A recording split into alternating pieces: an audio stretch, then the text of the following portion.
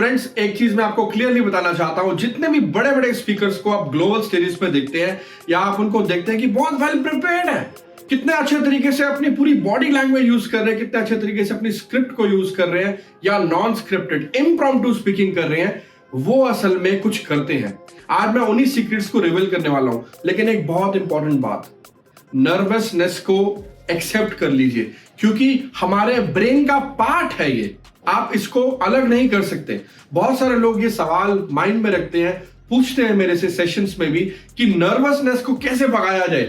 Nervousness को भगा नहीं सकते, नर्वसनेस आपकी बॉडी का, ब्रेन का पार्ट है। आप कोई भी चीज पहली बार करेंगे या ब्रेन को थोड़ा सा अटपटा लगेगा तो उसमें आपकी नर्वसनेस आनी ऑब्वियस है, वो ऑटोमेटिकली आएगी, आप उसको दूर नहीं कर सकते। उसको एक्सेप्ट कीजिए और उसको मैनेज करने के जो तरीके हैं वो मैं आपसे जरूर शेयर करूंगा, जिससे कि आप नर्वसनेस को आराम से मैनेज कर सकते हैं। बट एक सबसे बड़ा टेक अवे आज इस वीडियो से ये आप ले लीजिए कि नर्वसनेस को एक्सेप्ट कर लीजिए, जैसी है वैसी है, कोई बात नहीं, और उसके साथ साथ अपनी स्पीकिंग को इंप्रूव करना शुरू कर दीजिए। तो दोस्तों, आज आपके साथ मैं कुछ टेक्निक्स ऐसी शेयर करने वाला हूं जिससे आप एक पावरफुल और कॉन्फिडेंट पब्लिक स्पीकर बन सकते हैं।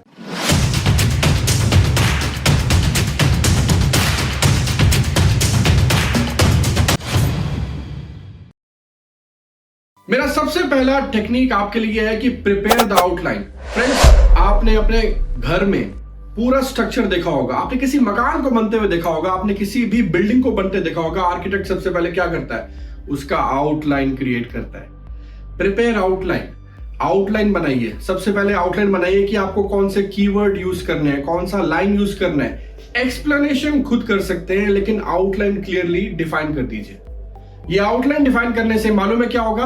आपको पता होगा आपको क्या बोलना है, आपको क्लैरिटी होगा आपको अपने ऑडियंस को क्या बताना है, उनको क्या वैल्यू देनी है। तो आउटलाइन क्लियरली डिफाइन कर लीजिए। According to doctor Albert Mehrabian, 55% of the body language is important when you are delivering a presentation. जी हाँ, मेरा दूसरा टेक्निक आपके लिए है कि आप अपनी बॉडी लैंग्वेज को जितना ज्यादा ओपन रखेंगे उतना ही ज्यादा आपके लिए फायदा है। सबसे पहला फायदा तो ये होता है जब आपकी बॉडी लैंग्वेज ऐसे होती है, ऐसे, इससे आपकी ऑक्सीजन लेवल ऑप्टिमम नहीं जा रहा है बॉडी में। 70% ऑक्सीजन है बॉडी में, आपको ऑप्टिमम यूटिलाइजेशन ऑफ ऑक्सीजन करना है। इनहेल एक्सहेल प्रॉपर रखना है।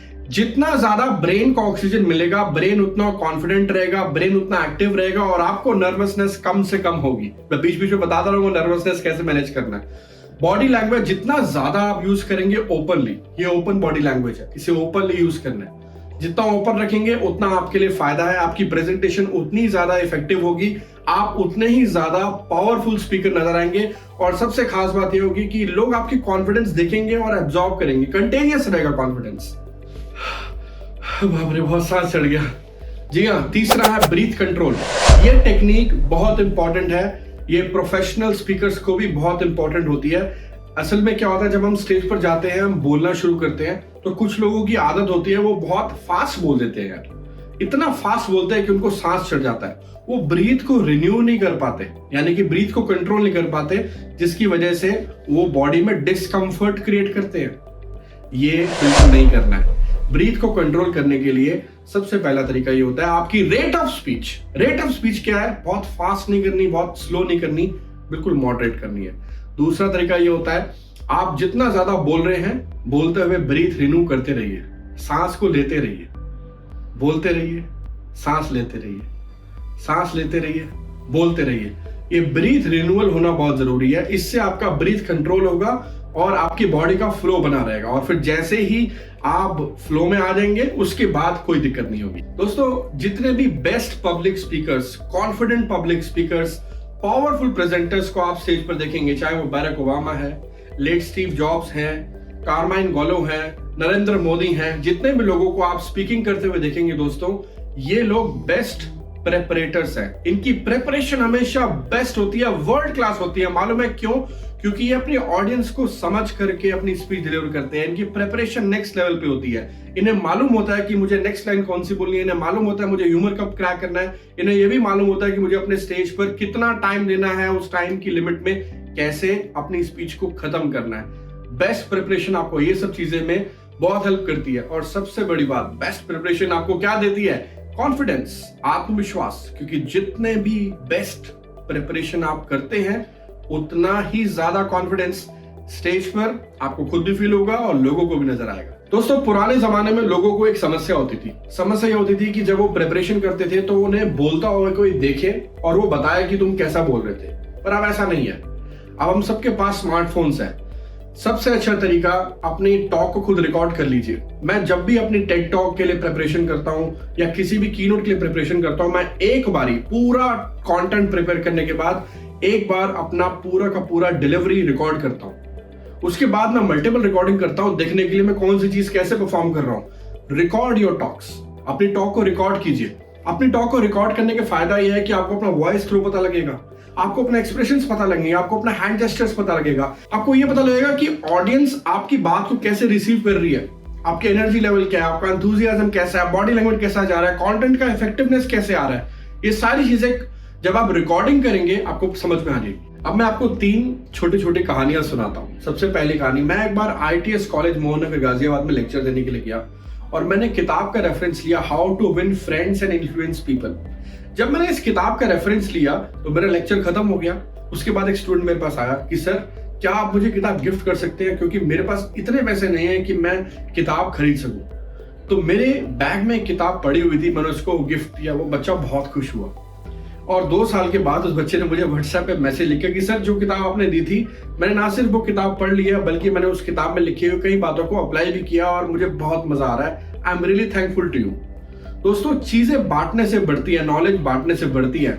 अगर वो किताब मैं उस समय झूठ बोलता कि मेरे पास नहीं पड़ी हुई या मैं आपको भेज दूंगा और मैं नहीं भेजता तो क्या होता, मेरे को कोई फर्क नहीं पड़ता, लेकिन शायद वो बच्चा डिमोटिवेट हो जाता। लेकिन वो किताब देने से वो बच्चे का जो मोटिवेशन लेवल गया, वो एक ट्रांसफॉर्मेशन लेके आया उसके लिए।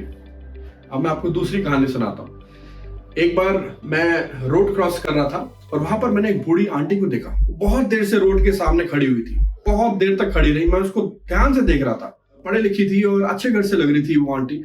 और जब मैंने देखा कि वो रोड क्रॉस क्यों नहीं कर रही है, वो चल भी रही थी थोड़ी देर पहले, तो मैं उनको देख रहा था चलते हुए। तो मैंने कहा आंटी आप चल क्यों नहीं पा रहे, आप रोड क्रॉस क्यों नहीं कर पा रहे? कहती पता नहीं बेटे मेरी टांग में क्या हुआ, मेरी टांग अचानक से अटक गई है। तो मैंने कहा आंटी अगर आप माइंड ना करें मैं आपकी हेल्प कर सकता हूँ। मैं जैसे ही उन आंटी को हाथ पकड़ के मैंने उनको चलाना शुरू करा, एकदम से उनका पैर फिसला और गिरते गिरते बचे। मैंने ध्यान से उनको पकड़ा। मैंने बोला आंटी क्या आपकी पैर में कोई चोट तो नहीं है? तो उन्होंने मुझे अपना पैर दिखाया, उनका पैर बहुत सारा सूजा हुआ था। मैंने इमीडिएटली एम्बुलेंस को फोन करा। मैंने बोला आंटी आप प्लीज माइंड ना करें, मैं आपको एक डॉक्टर के पास ले चलता हूँ और आपका ये ट्रीटमेंट करवा देता हूँ। जब आंटी का ट्रीटमेंट मैंने करवाया, डॉक्टर के पास लेके गए, डॉक्टर ने बताया कि इनको बहुत ज्यादा हाई शुगर है, इस वजह से पैर में स्वेलिंग हो गई है और उसकी वजह से ये चल नहीं पा रहे। फिर उन्होंने अपने फैमिली मेंबर्स को कांटेक्ट किया और उनके फैमिली मेंबर्स वहाँ पे हॉस्पिटल में आए, उनका ट्रीटमेंट हुआ। अब वो ठीक ठाक है, हम लोग टच में नहीं है। लेकिन उस समय एक चीज हुई, उनकी जब बेटी वहां पर पहली बार आई तो उन्होंने कहा कि हमने तो मम्मी को बहुत बार बोला कि ट्रीटमेंट करा लो। मैंने कहा आपने बोला, क्या आप उनको लेकर के गए अपने साथ जैसे मैं लेकर के आया? कहती शायद हमने ये नहीं करा। कई बार क्या होता है कि हमारे पेरेंट्स हमारे ऊपर कुछ बर्डन नहीं डालना चाहते। तो मुझे लगा कि शायद ये वही वाला केस था जिसमें पेरेंट्स जो होते हैं बर्डन नहीं डालना चाहते, लेकिन जब वो बच्चों को आगे देखते हैं कि बच्चा हमारे साथ कितना ज्यादा कनेक्टेड है, सेवा करेगा नहीं करेगा, उसके हिसाब से पेरेंट्स बात करना शुरू कर देते हैं। शायद उस समय भी यही हुआ होगा।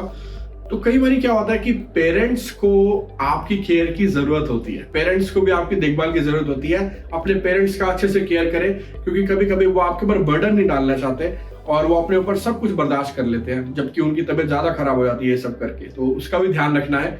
तो दोस्तों ये थी दूसरी कहानी। मैं आपको ये कहानी क्यों बता रहा हूँ, एक तीसरी कहानी और सुना देता हूँ। जब मैंने अपनी पब्लिक स्पीकिंग जर्नी की शुरुआत करी थी, उस समय मैं बहुत घबराता था। घबराता इसलिए नहीं था कि मुझे बोलना नहीं आता था, घबराता इसलिए था कि मुझे पब्लिक के सामने बोलना तो है, लेकिन कोई मेरी बात को कैसे रिसीव करेगा मुझे नहीं पता था। तो मैंने इसके लिए क्या किया, मैंने ट्यूशन सेंटर में पहली बार अपनी स्पीच दी। 70-80 बच्चे इकट्ठे हो गए। ट्यूशन सेंटर का ओनर था, वो बहुत हेल्पफुल था। उसने मुझे पूरा हॉल दे दिया, बच्चे बैठ गए और मैंने 1 घंटे तक सेशन दिया और मैंने उनको प्रोक्रास्टिनेशन कैसे हटानी होती है लाइफ में वो बताया। 1 घंटे के बाद जादू हो गया। 4 से 5 बच्चे आए मुझे थैंक्स करने के लिए। 2 बच्चों ने मेरे पाँव छुए। मुझे एहसास ये हुआ कि जब मैं बोल रहा हूं तो मैं जब फ्लो में आता हूं, वो फ्लो में आने के बाद मैं जब बोलने के साथ साथ लोगों को मोटिवेट करता हूं, उससे लोगों पे इम्पैक्ट आता है। वो पहला दिन था जिस दिन मैंने पहचाना कि मैं बोल करके लोगों को मोटिवेट इंस्पायर कर सकता हूं। तो क्या आप लोगों को मोटिवेट करके, इंस्पायर करके उनको आगे बढ़ने की दिशा दिखा सकते हैं? तो पब्लिक स्पीकिंग आपके लिए है। दोस्तों, ये 3 एग्जाम्पल, 3 कहानियां मैंने आपको इसलिए सुनाई ताकि आपको ये समझ में आ जाए कि पब्लिक स्पीकिंग में स्टोरीज का बहुत बड़ा रोल है। अगर आप as a powerful communicator stage पर बोलना चाहते हैं, प्रेजेंटेशन अपनी कर रहे हैं, प्रेजेंटेशन करते हुए कहानियां सुना रहे हैं, उस समय कहानी जब आप बोलते हैं, लोग आपकी कहानियों को याद रखते हैं। मैं आपसे पूछता हूं, आप मेरी कहानियां भूल पाएंगे? नहीं ना। ये कहानियां ही बहुत इंपॉर्टेंट होती हैं जो आपकी प्रेजेंटेशन को बहुत इफेक्टिव बनाती हैं। दोस्तों, मेरी आखिरी टेक्निक है